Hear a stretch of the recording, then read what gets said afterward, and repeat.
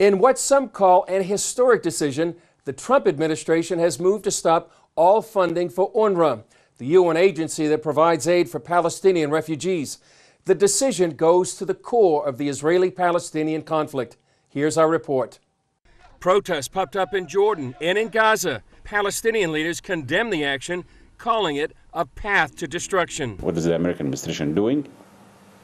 They are preempting, prejudging issues reserved for permanent status. They are undermining the moderate forces in Palestine and Israel.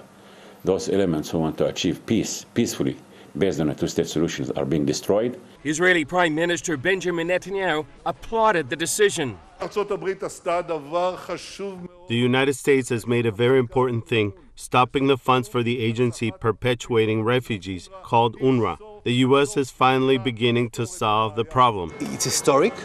I think it's very brave.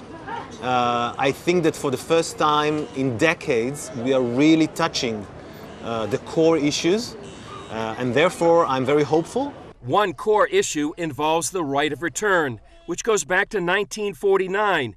It's the idea that the original Palestinian refugees and their descendants should be allowed to return to Israel.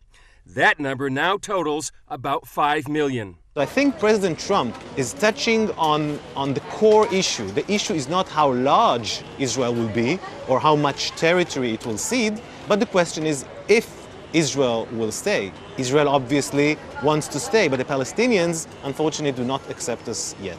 Author Adi Schwartz says the right of return means the end of Israel. The right of return means that an infinite number of Palestinians could legally and by agreement enter and resettle the state of Israel. So obviously the real meaning of the right of return is to undo the state of Israel, to kill the state of Israel and to make it into an Arab state. U.S. Ambassador to the UN Nikki Haley agrees.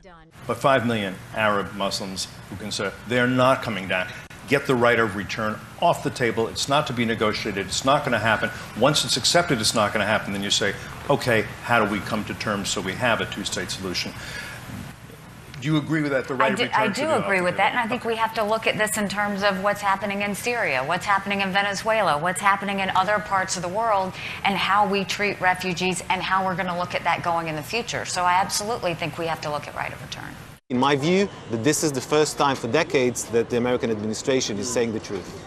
In the meantime, millions of Palestinians languish in limbo. You have this UNRWA agency, which is giving them refugee camps, and they're giving them housing and healthcare and education. They have no incentive to create their own lives. This is a very bad message to peace and, of course, to their lives as well. I think Palestinians cannot go on with their lives as long as UNRWA stays. Alpha, Omega.